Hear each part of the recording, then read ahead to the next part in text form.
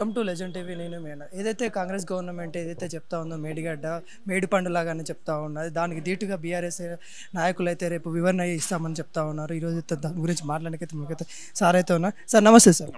Sir ఎట్లా sir ఇప్పుడు ఈరోజు అయితే మేడిపండు అని వాళ్ళు చెప్తా ఉన్నారు, దాని మీద వివరణ ఇస్తా అని మీరు అంటా ఉన్నారు, ఏ విధంగా తీసుకోవచ్చు?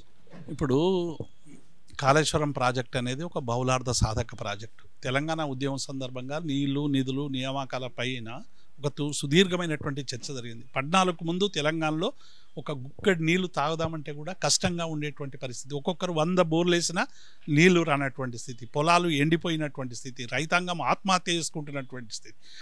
అక్కడి నుండి తెలంగాణను విధ్వంసం నుండి వికాసం వరకు మార్చేటువంటి ప్రయత్నంలో భాగంగా నీటి మీద కేసీఆర్ గారు ఆనాటి ముఖ్యమంత్రి నిరంతరంగా శ్రమించి వారు కాళేశ్వరం ప్రాజెక్ట్ లాంటి గోదావరి నది మీద ఇటు పాలమూరు ఇవన్నీ ప్రాజెక్టులు నిర్మాణం చేసుకునేటువంటి ప్రయత్నం చేసి కాళేశ్వరం ప్రాజెక్ట్ నిర్మాణం జరిగింది. గత 3-4 ఏళ్లుగా అద్భుతమైనటువంటి ఫలితాలు రైతులు అందించి తీసుకున్నటువంటి విషయం మనకు తెలుసు.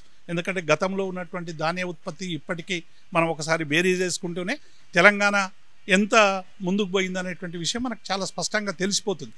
ఇవాళ మేడిగడ్డలో వచ్చినటువంటి చిన్న లోపాన్ని, ఒక 3 పిల్లలకు వచ్చినటువంటి లోపాన్ని మొత్తంగా కూడా కాళేశ్వరం ప్రాజెక్టుకు అంతటికీ లోపం వచ్చిందనేటువంటి ప్రయత్నం చేస్తూ ఉన్నారు. కాబట్టి దీన్ని తిప్పికొట్టడానికి, ఎందుకంటే మేడిగడ్డ ద్వారా తెలంగాణ ప్రజలకు వాళ్ళు పూర్తిగా ఈ ప్రాజెక్టు పనికిరాదని ఏ అబద్ధాలు అయితే చెప్పిరో అది కరెక్ట్ కాదని నిరూపించేటువంటి ప్రయత్నం రేపు మేడిగడ్డ వేదిక ద్వారానే మేము కూడా చేయబోతా ఉన్నాం.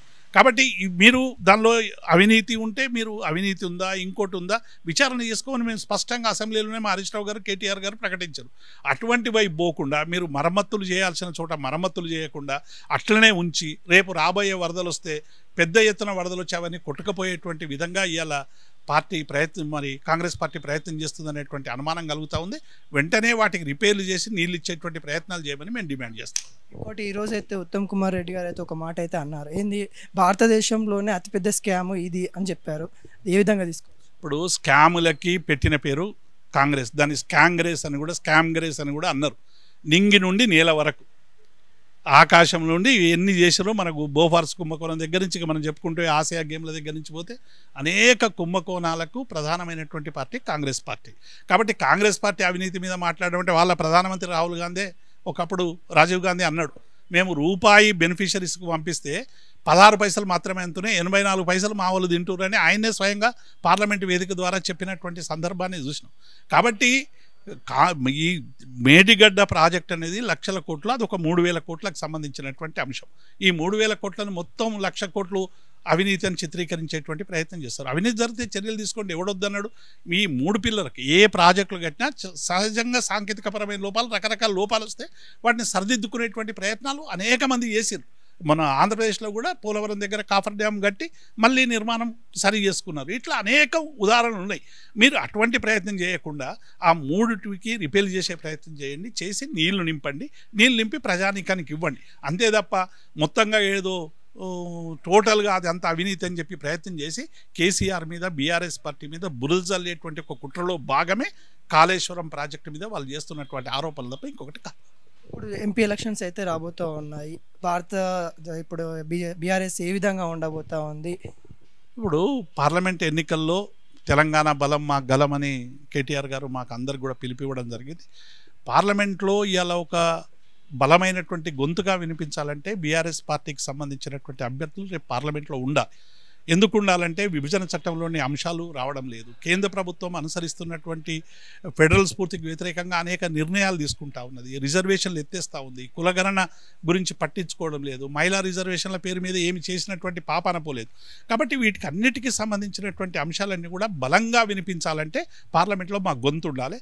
అందుకే మేము అన్ని నియోజకవర్గాల సమీక్షలు జరిపి, మరి మొన్న కూడా అసెంబ్లీ నియోజకవర్గాల సమీక్షలు జరిపి కూడా పార్టీని బలోపేతం చేసేటువంటి పని చేస్తూ ఉన్నాం. ఒక 3 నెలల్లోనే కాంగ్రెస్ పార్టీ పరిపాలనని ప్రజలు చవిచూస్తూ ఉన్నారు. ఎట్లా చవిచూస్తూ ఉన్నారు? దేశవ్యాప్తంగా జరుగుతున్నటువంటి పరిణామాలని కూడా తెలంగాణ ప్రజలు గమనిస్తూ ఉన్నారు. కాబట్టి డెఫినెట్గా వచ్చే లోకసభలో మాకు మంచి ప్రాతినిధ్యం ఇస్తారనేటువంటి విశ్వాసం మాకుంది.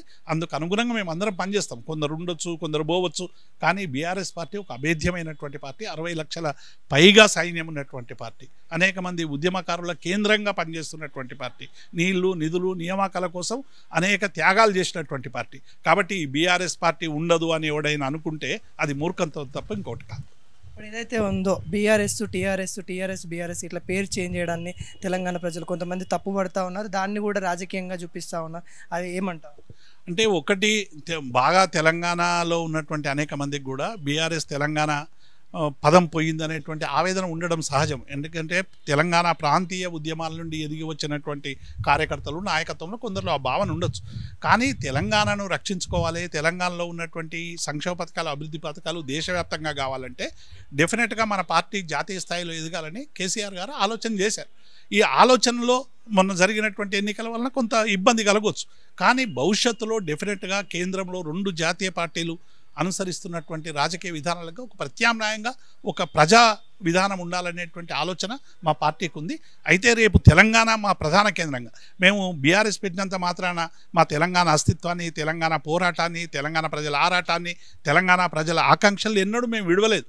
వాటి కోసమే నిరంతరం పనిచేస్తాం. మా పార్టీ డిఎన్ఏ తెలంగాణ, మా నినాదం తెలంగాణ, మా బలం తెలంగాణ, మా గలం తెలంగాణ.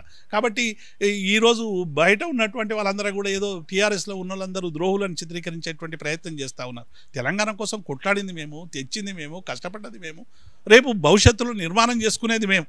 కొద్దిమంది ఉండొచ్చు, పోవచ్చు, కానీ పార్టీ ఎప్పుడు ఉంటుంది. పార్టీ మా కేసీఆర్ గారు, కేటీఆర్ గారు, హరీష్ రావు గారి సూచనలకు అనుగుణంగా డెఫినెట్గా ఈ పార్టీని బలోపేతం చేసేటువంటి కార్యక్రమాన్ని ముందుకు తీసుకెళ్తాం. కాంగ్రెస్ గవర్నమెంట్ ఏదైతే 6 గ్యారెంటీలు అయితే తీసుకొని వచ్చింది, ఇప్పుడేం చెప్తున్నారంటే మన ఎంపీగా ఎక్కువ స్థానాలు గెలిపిస్తే మనకి రాహుల్ గాంధీ పీఎం అవుతాడు, మనకి ఇంకా తెలంగాణకి అన్ని కార్యక్రమాలు చేస్తామని చెప్తారు.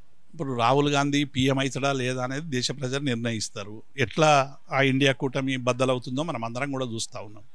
కాంగ్రెస్ పార్టీలో ప్రజలు అధికారం ఇస్తే హిమాచల్ ప్రదేశ్లో ఎట్లా కొంప ముంచుతారో చూసినాం, గతంలో కర్ణాటకలో చూసినాం, అంతకుముందు ఇంకొక దగ్గర చూసినాం, నిన్న ఇంకొక దగ్గర చూసినాం. కాబట్టి కాంగ్రెస్ పార్టీ నాయకులకి నాయకత్వం విశ్వాసం ఇచ్చేటువంటి ప్రయత్నం చేయడం లేదనేటువంటి భావన ఇలా కాంగ్రెస్ పార్టీలో బలంగా పెరుగుతూ ఉంది. కాబట్టి రాహుల్ గాంధీ ప్రధానమంత్రి అవుతాడా, ఇంకొకరు ప్రధానమంత్రి అవుతాడు అనేది వేరే సందర్భం. కానీ ఇలా డెఫినెట్గా బీఆర్ఎస్ పార్టీ అనేది ఒక రాజకీయ శక్తిగా ఎదగాలని మేము కోరుకుంటా ఉన్నాం. అద్భుతంగా తెలంగాణ ప్రజల పక్షాన్ని, మేము అధికార పక్షం కాదు, ప్రతిపక్షం కాదు, ప్రజల పక్షం అని మా హరీష్ రావు గారు చెప్పినట్టు డెఫినెట్గా ప్రజల పక్షంగా ఉంటాం. ఎన్నికల్లో గెలుపు ఓటములతో సంబంధం లేకుండా తెలంగాణ ప్రజల ఆకాంక్షల్ని సరైనటువంటి రీతిలో ఆవిష్కరించేటువంటి ప్రయత్నం కేసీఆర్ నాయకత్వంలో చేస్తాం.